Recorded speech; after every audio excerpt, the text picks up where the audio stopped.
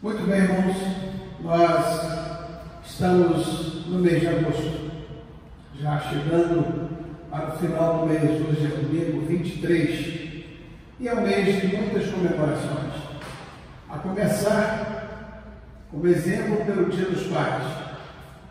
Depois comemoramos o Dia dos Advogados. Na próxima terça-feira vamos estar comemorando o Dia do Soldado. E a nossa igreja, a Igreja Presbiteriana de Botafogo, também comemorou algumas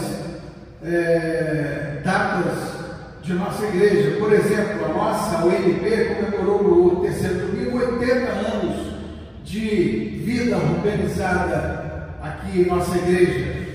E junto com a mocidade, o Grupo Calhau completou 20 anos de ministério de louvor aqui na igreja de Botafogo, já com frutos com outros grupos que se formam para também louvar ao Senhor.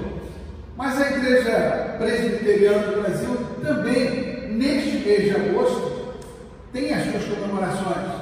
Nós acabamos de comemorar o aniversário do presbiterianismo no Brasil, o 160º ano, 161 anos da Igreja Presbiteriana do Brasil.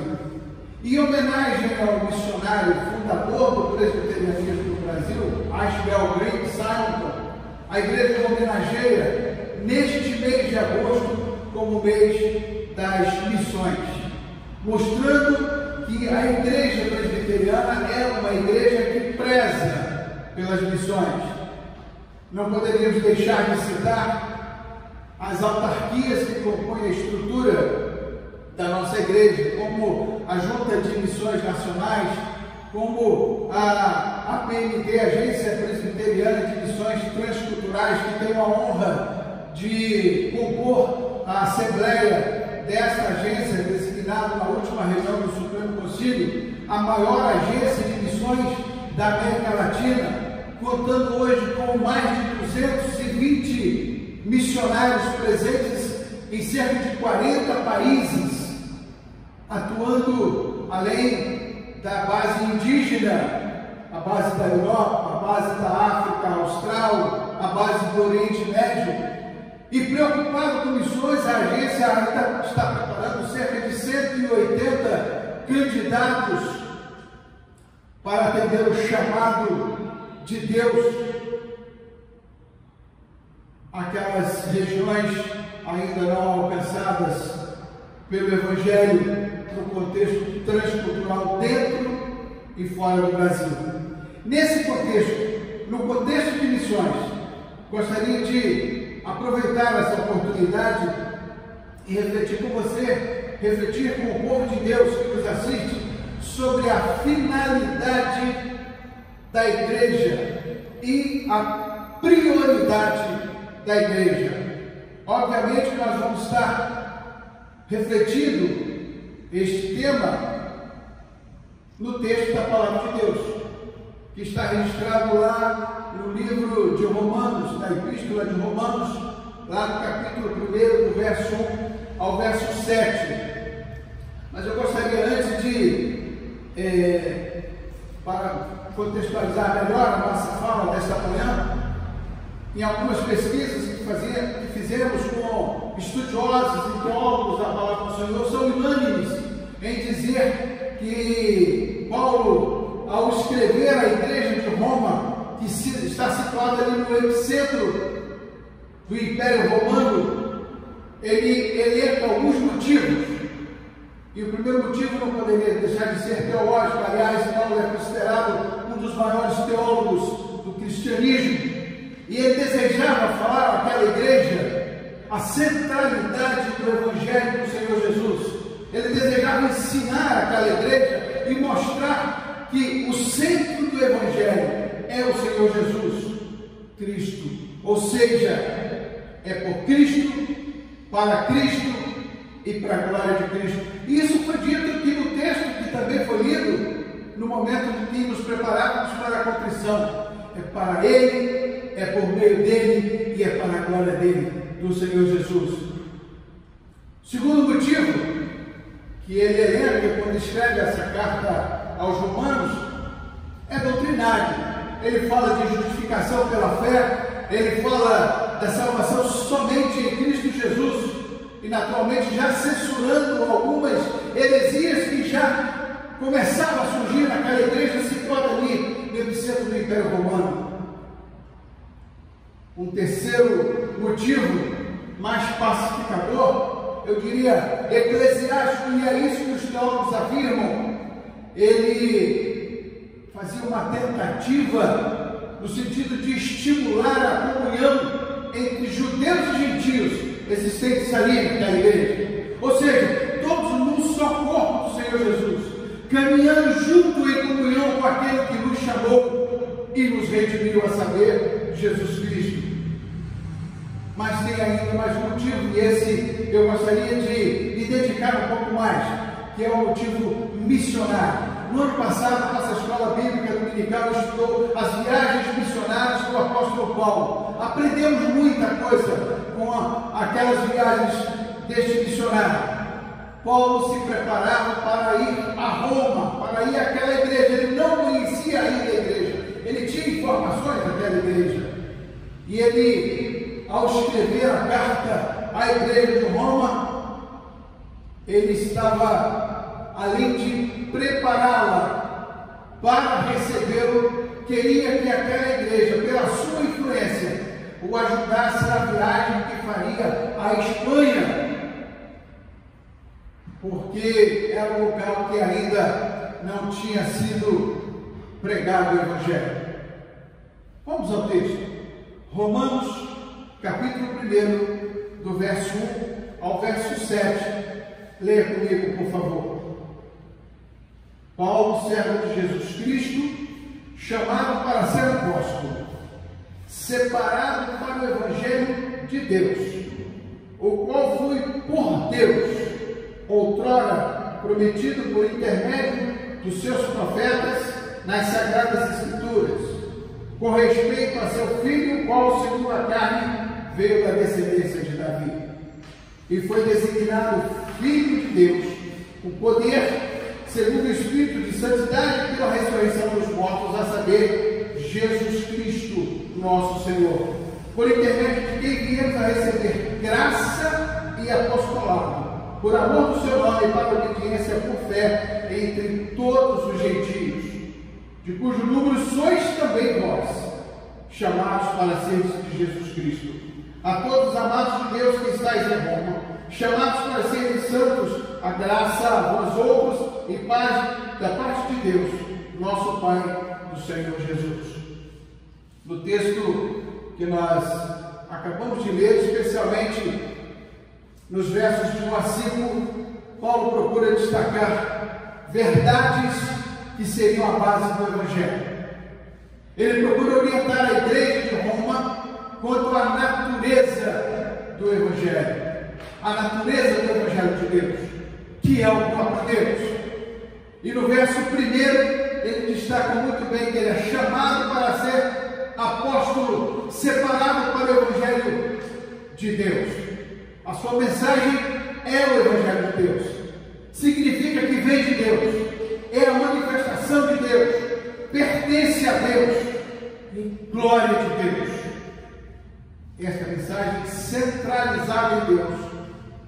No verso 16 desse mesmo capítulo, ele fala que é o poder de Deus para a salvação de todo aquele que crê. John Knox, o reformador, querendo explicar um pouco sobre o poder de Deus, ele diz sobre essa questão, manifestando o seguinte: este poder é a manifestação do Deus sempre presente. E é isso que falamos rotineiramente, até mesmo como se utilizando de um jargão. Deus está no controle, não é verdade? Nós não comentamos exatamente essa afirmação, sempre que Deus está no controle, e Ele está mesmo. Ele está mesmo. Agora, há ocasiões especiais que a sua manifestação é transformadora, é bombástica. E nós temos visto isso, principalmente nesses tempos de pandemia.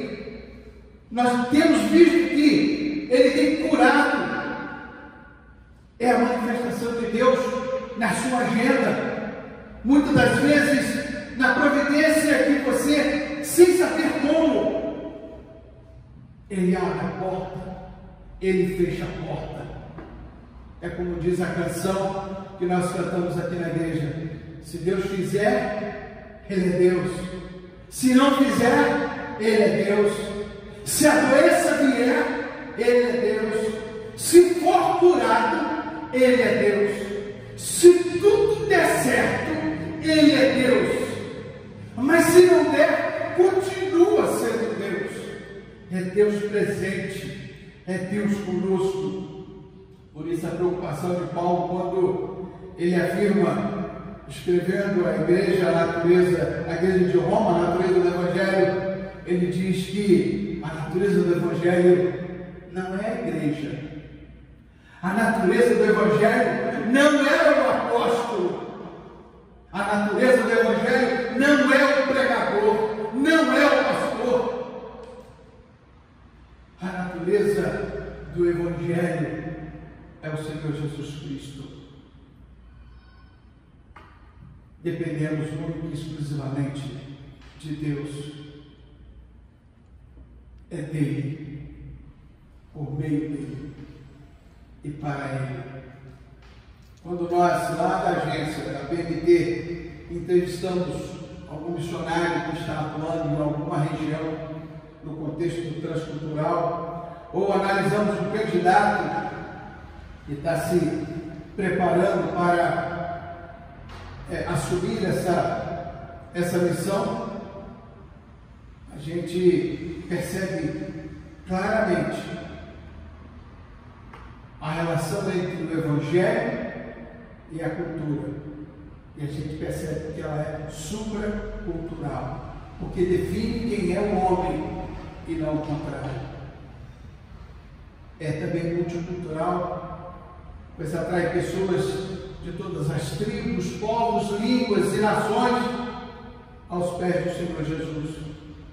É intercultural, porque essas pessoas salvas agora são igreja, povo redimido, tem comunhão, é uma só alma, um só coração. É cultural, pois o Evangelho é o próprio Senhor Jesus, que se manifestou, Deus encarnado entre nós, faz parte da minha e da sua história.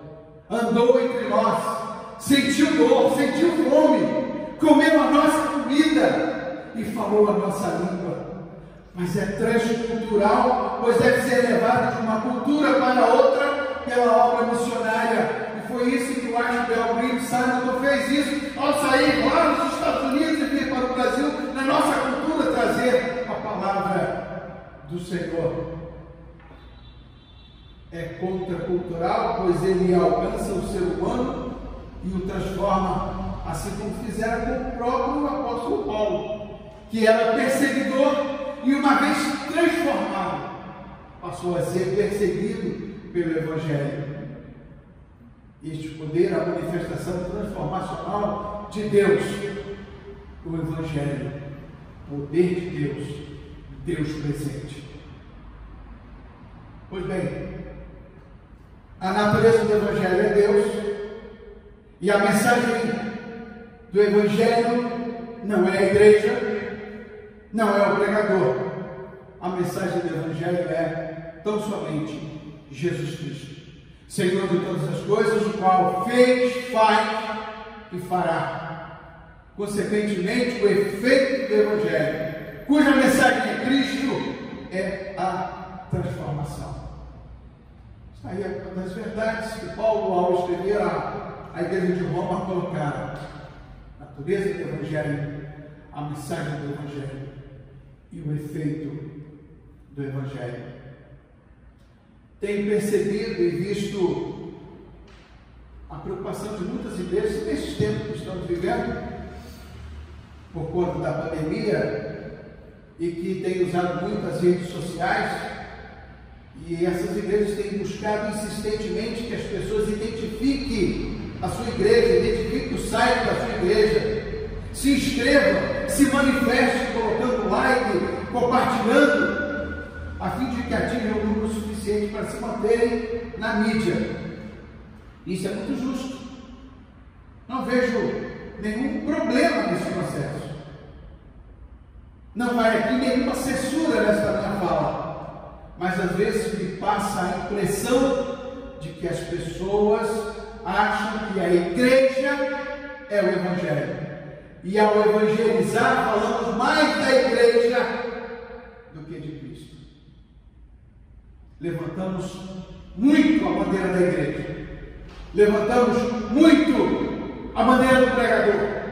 Levantamos muito a bandeira das celebridades que às vezes estão dentro das nossas igrejas, quando deveríamos levantar cada vez mais a bandeira de Cristo, a bandeira do Cordeiro que tira o pecado do mundo. Quero aproveitar e trazer nesse contexto uma experiência vivida pelo nosso querido pastor e missionário, reverendo Ronaldo Ligório, um dos nossos missionários da PNT.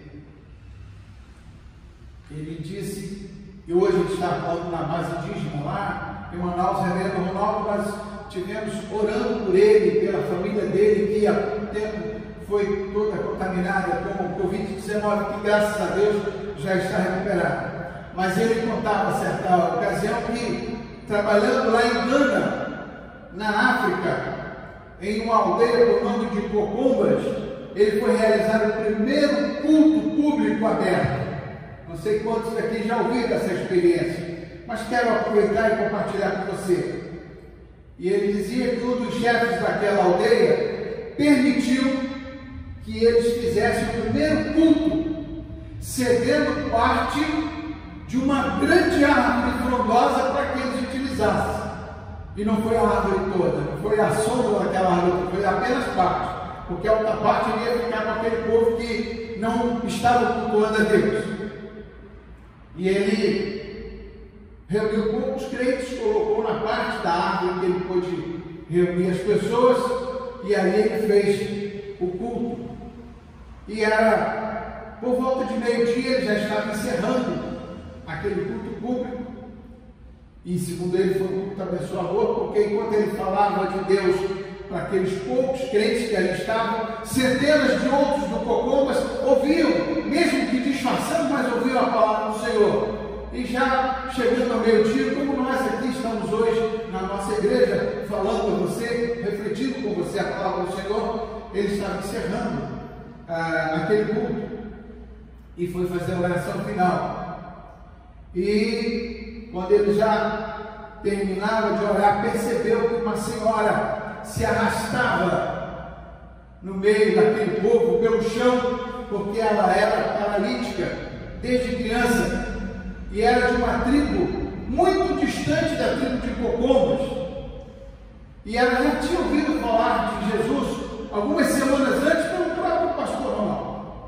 Ele já havia conhecido, mas ela naquela ocasião não tinha tomado uma decisão por Cristo Jesus. Mas quando ela soube que ele estaria nessa aldeia de Cocombas, ela quis ir até lá. Aí ela pediu ao seu pai para que pudesse levá-la lá, e o seu pai disse que não podia levar. Pediu aos seus irmãos, e os seus irmãos disseram que também não daria para levar. Mas naquele dia ela acordou dizendo: eu preciso de Deus. E conta o reverendo Ronaldo que ela se lançou nas trilhas, no meio do mato, no meio da lama, no meio das pedras, se arrastando, machucando seus braços, o seu dorso, em função da sua paralisia, e por cerca de 5 quilômetros ela se arrastou até aquele lugar, onde o reverendo estava terminando o culto. E quando ele terminava de fazer aquela oração final, ele viu aquela mulher como que levantando os seus braços, querendo falar, e ele então deu oportunidade para que ela falasse. E ela perguntou: será que eu também posso entregar minha vida a Jesus? Ou eu cheguei tarde demais? Diz o reverendo Amado que ele olhou para ela e orou com aquela mulher. As mulheres cristãs que ali estavam a pegaram, limparam os seus cabelos, limparam os seus braços, cuidaram da onde estava sangrando, e quando ela se sentiu totalmente limpa, ela botou as mãos no rosto e disse: Jesus é meu Senhor, Jesus é meu Salvador. Se isso foi impactante para o povo que estava ali, foi muito mais impactante para o reverendo Ronaldo, que disse que ao voltar para casa, ele pensava: que poder é esse? Que poder que faz uma mulher que não caminha, mas se arrasta debaixo de zombarias, no meio do mato, da lama, por cima das pedras, para chegar no culto, no final, sem assistir nada, e dizer: eu preciso de Deus. Que poder é esse, irmãos? E era isso que Paulo escrevia à igreja de Roma, mostrando a centralidade de Deus nessa mensagem. Poder de Deus. Não é poder da igreja, não é nenhuma eloquência, não é nenhuma capacidade intelectual, não é nenhuma técnica, não é nenhuma metodologia, nenhuma arrumação ou jeitinho que podemos fazer. É o poder de Deus. Simples assim. A mensagem do Evangelho é o Senhor Jesus. Sem o Evangelho nada acontece. Com o Evangelho qualquer coisa pode acontecer. E é por isso que nós vemos manifestações bombásticas, transformadoras de Deus neste tempo que estamos vivendo. Quero caminhar para o nosso encerramento, para a nossa fala desta manhã. Paulo enfatiza a igreja de Roma: a natureza do Evangelho é Deus. A mensagem do Evangelho é Jesus Cristo. O efeito do Evangelho é a transformação. Por isso, aqui no verso 5 desse texto que lemos, ele diz que é por intermédio de Jesus Cristo recebemos graça, somos salvos, e apostolado por amor do nome do próprio Jesus. É dele, por meio dele e para ele. Ou seja, a igreja nasce, a igreja é chamada para chamar, a igreja é salva para anunciar, a igreja é redimida por Deus para uma missão. Recebemos graça, somos salvos. Recebemos o apostolado, temos uma missão. Por isso, senti desejo de falar nesta manhã: a minha igreja é o povo de Deus, templo do Espírito Santo, cuja o principal motivo da sua criação é glorificar a Deus, a finalidade da igreja. E tem agora como prioridade a missão de anunciar o Evangelho a toda criatura. Ide por todo mundo e pregar o Evangelho a toda criatura. Portanto, cada um de nós, eu e você, podemos ser assim um missionário em nossa igreja, mesmo que não estejamos no campo ou nas bases, conforme citado aqui antes, porque missões se faz com os pés dos que vão, missões se faz com os joelhos dos que oram, missões se faz com as mãos dos que contribuem. Podemos ser missionários, podemos anunciar a palavra de Deus, não com filosofia dos que discutem. Quando não perdemos o foco e entendemos que a finalidade da igreja é a glória de Deus e que a prioridade da igreja é anunciar Jesus Cristo, somos uma igreja missionária. E é isso que nós queríamos realçar nesta manhã, nesta reflexão, sendo a igreja presbiteriana uma igreja que tem prezado por missões, fazendo com que cada um de nós, eu e você, sejamos um missionário para a glória de Cristo. É dele, por meio dele e para ele. Que Deus nos abençoe.